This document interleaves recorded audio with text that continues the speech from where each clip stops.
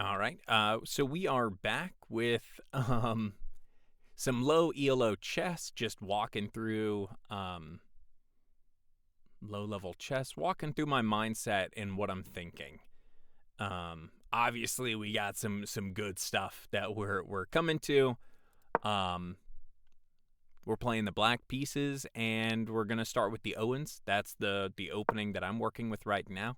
This early queen move is something that I've seen quite a bit. Not actually since I got into the upper 500s have I seen it, so it's been a few weeks.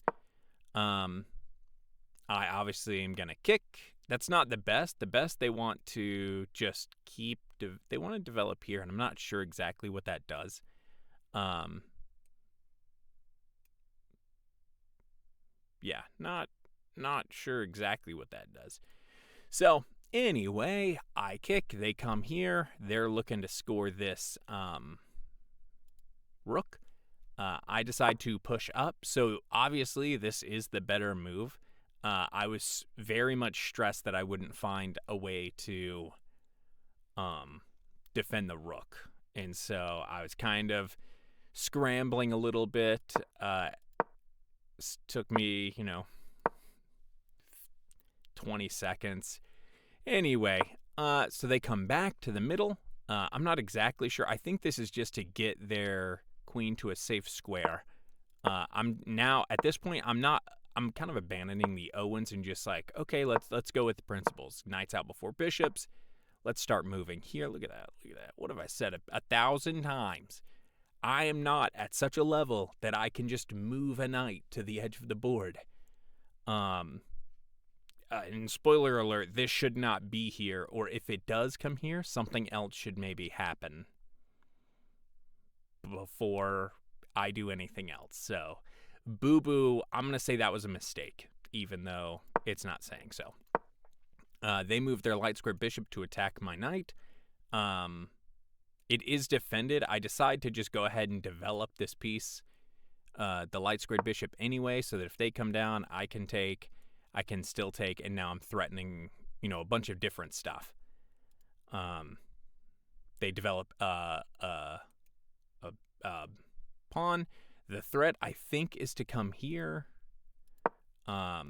I decided to develop a pawn to kick this bishop out of here. I want this gone because, it's tying down a lot of stuff. They push back, still on the same diagonal. I'm focused on development. Again, I'm not trying to focus on any attacks. I want to get my pieces out. I want to get castled. I'm not castling kingside because this pawn structure is really bad. If I had to, plus if you look, like, it doesn't matter. It doesn't matter, Chris. All of their stuff, like some of their heaviest hitters are over here. So I'd rather not develop, because all that takes is, and now it's all lined up coming straight down toward me. So if I castle, I'm looking to castle this way, to the opposite side. They come here to attack the knight, which, is a good move. What would have been nice is if my knight wasn't here and it was right there. So now I see that. I'm trying to think of some other stuff, and it does take me a second to see it, and I sit here for almost a minute trying to figure out, what I'm doing. And in reality, like, I don't understand why I didn't see that. But hey, it is what it is. I think the retreat just doesn't feel great to me, even though it puts me just in a good position. Not an outpost or anything, but even still. So I come here. Now, why is this a blunder? Is because with this, I'm losing a piece. If you play the right move, which is knight to, what is this? E2. Because it's threatening here, and so I have two attacks coming on. If I come here to try to attack, this pawn comes up, and I'm immediately kicked, and I have nowhere to go. If I come up here, I'm lost. Here, I'm lost. Now, back here is where safety is, but I'm no longer defending the knight. So here, this is just me goofing. But they don't. They push a pawn because, you know, we're in low ELO, and even if you blunder, does not mean that they know how to capitalize on said blunder. Now, pushing this pawn lets me capture that the dark square bishop. So at this point, I do have the bishop pairing, and I'm already looking at ways to try and just have that advantage. I felt pretty safe here, attacking it's a fork, kind of forking these two. I'm not sure how they defend the fork. Yeah, they just take the knight. But at this point, I'm still up a pawn. I was worried they were going to come down here at this point, and they have their own fork because this pawn's been weak since I moved this up and moved. I think I moved something, my dark squared bishop or whatever. So this would be a pretty devastating move, even though this defends that pawn, but now that pawn is gone. This pawn is gone. You know, this is not a fun place that I want the queen.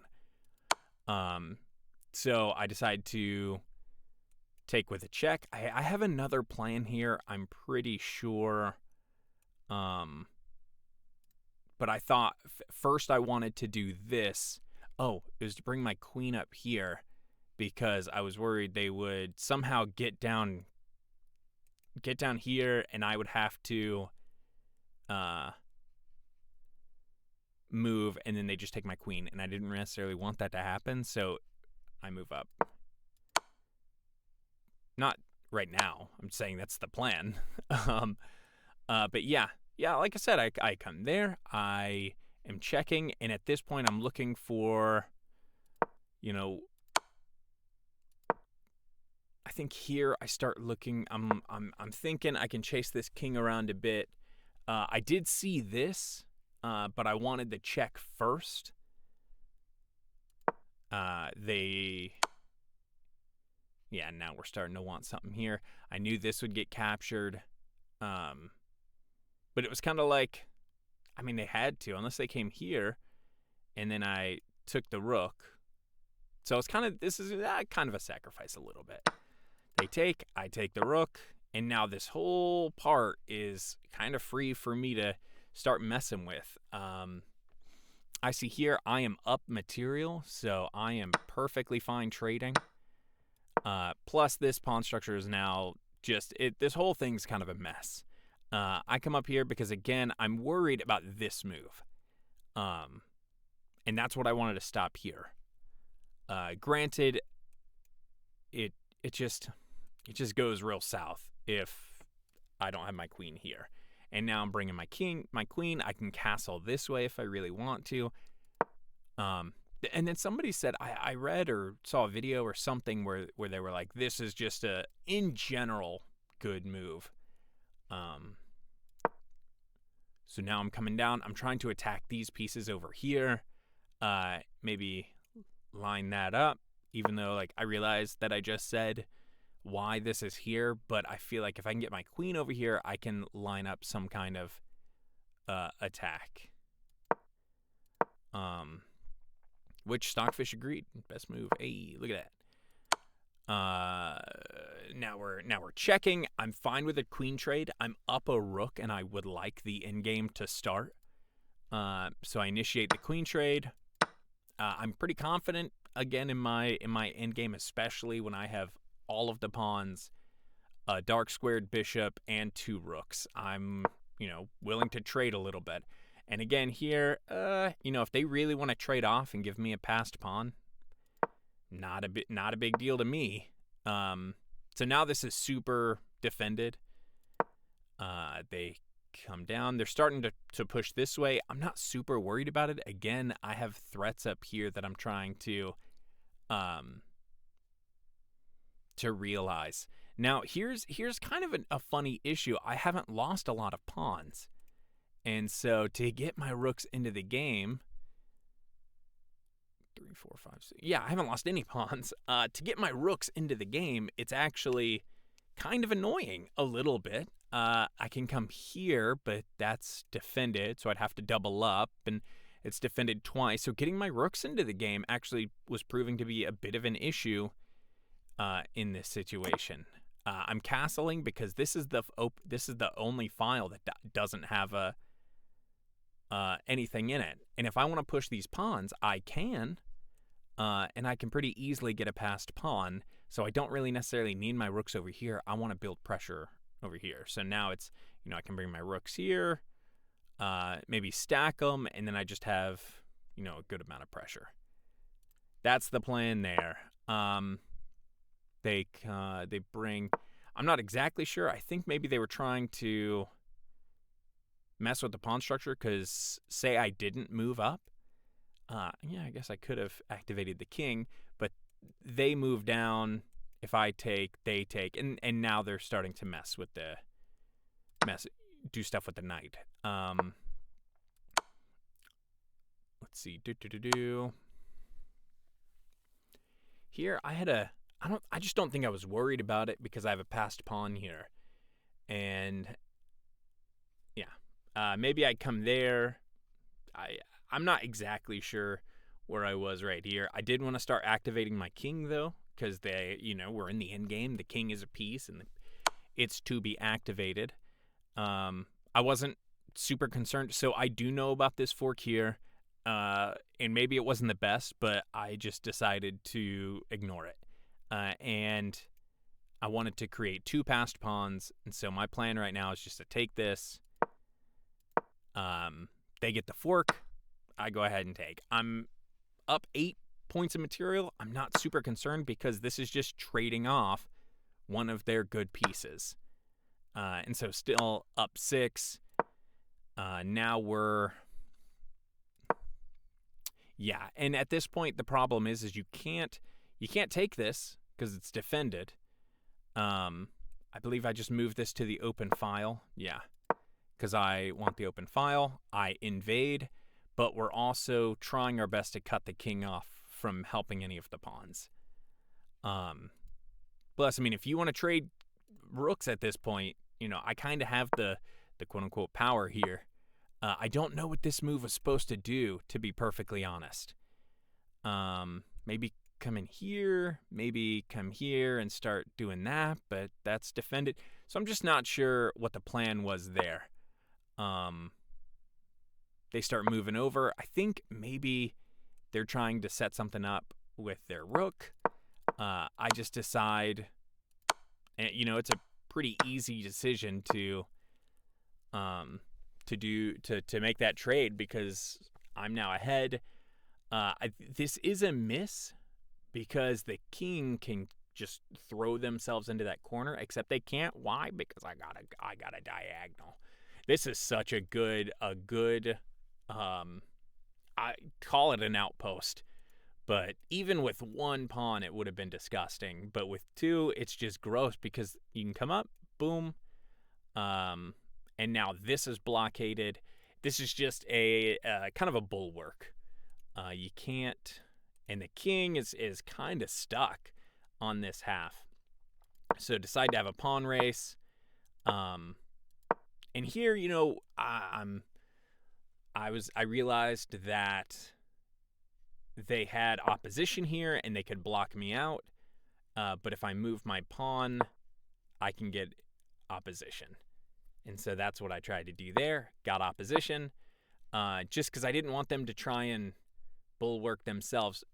Obviously, I didn't realize till just now how strong this bishop was and how it wasn't going to happen.